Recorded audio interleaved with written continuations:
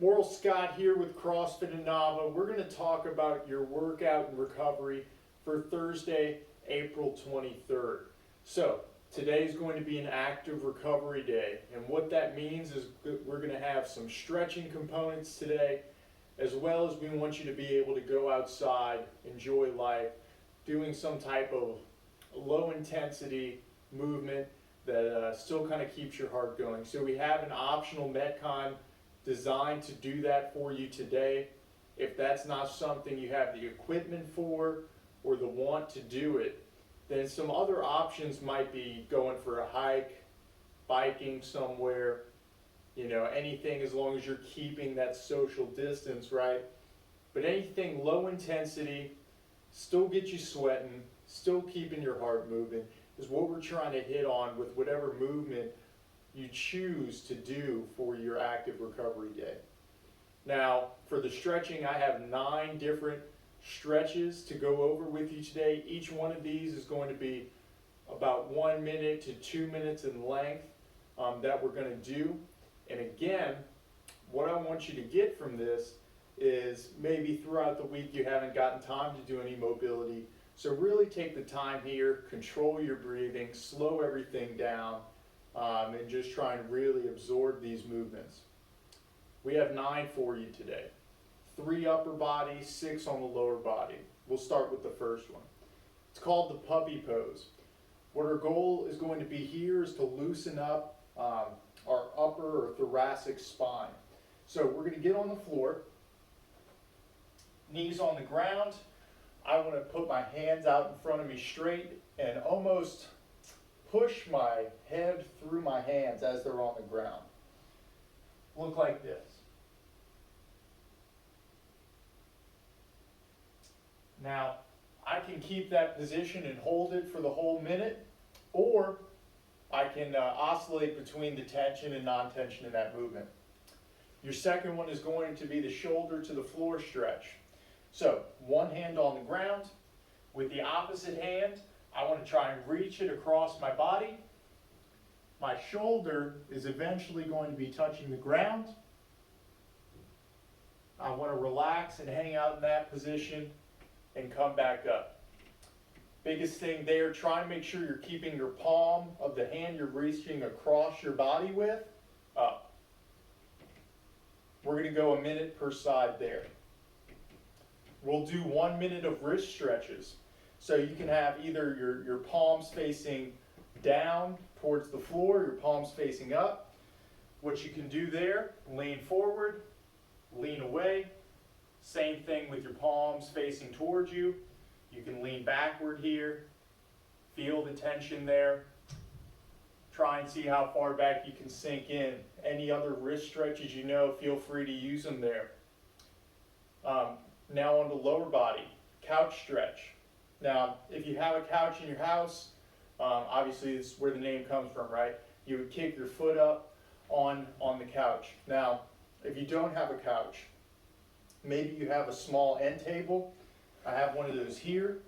It can be used in a similar fashion. So all I would need to do, kick my foot up on the end table, other knee out in front of me, big chest, trying to keep as upright as possible while almost activating my glutes, and I should feel that right here in our hip flexor. I can also lean forward a little bit. They'll hit another area of our hip flexor. Again, just trying to keep the tension there. We can go 2 minutes per side on the couch stretch. Next up is the pigeon pose. Another one that's good for your glutes. So we can use a table version of this as well if you feel like your mobility isn't as great or you're having problems getting to this position. So your traditional pigeon pose, one leg, we want to bring it out in front of us and cross it so where my foreleg or my shin is perpendicular to my body, like this. From there, I can sink in and still keep my chest up. I'll start feeling that back here in my glutes. Now, some people, when they're doing the pigeon pose, They will drop their chest to get to this position, and you can do that, but sometimes you lose a little bit of the tension. Now, the reason I mentioned using the table is if perhaps you don't have as much mobility to get into that position, all we would do is put our foreleg on that table. So, like so, and then sink into that position here, again trying to get our foreleg out perpendicular ahead of us. After we do that, onto the butterfly.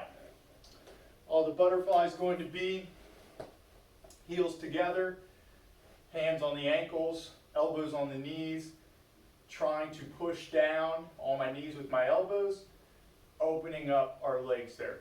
Okay? Again, you're going to feel that on your inner thigh adductors. And that's what we want to try and hit. Up next is the pike. What we're hitting with the pike is our hamstrings.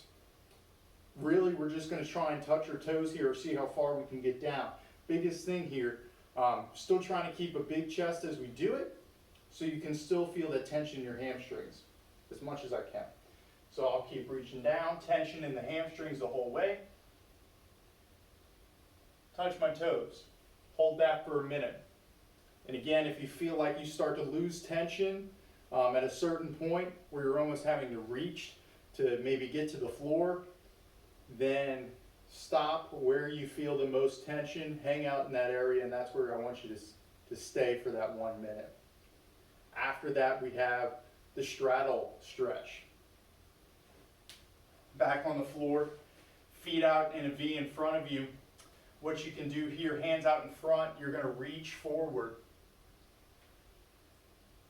Similar type of stretch to that butterfly stretch. If you're someone at home with a barbell, having a barbell out in front of you, being able to use that barbell out in front with either foot touching it, almost as a thing of leverage, where you can reach for that barbell, grab it, and use it to help you push your legs out a little bit further. Now, that can be a little painful, so ease into it. Don't just start yanking on that barbell when you're there. You're only going to be in this for 1 minute, so just add tension as you go along, nothing too crazy. Your last stretch, kneeling split, also known as the frog stretch.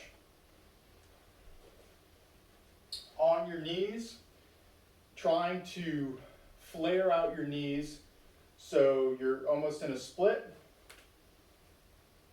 Hands on the ground, and then we are going to sink back with our hips. Try and get our butt to our ankles. Come back up.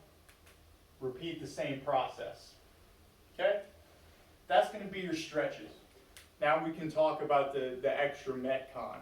So our Metcon for the recovery Metcon is going to be 5 rounds. Again, this isn't anything crazy, right?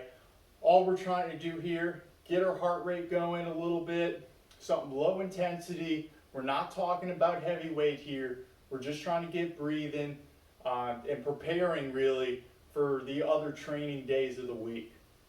So 5 rounds, 1 minute of a bike, 1 minute of reverse lunges.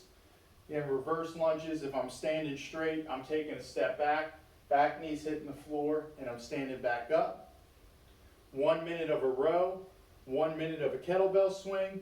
If you don't have a kettlebell, you can use maybe a backpack as a kettlebell swing. I have some books and things in here. I swing it just like I would a kettlebell.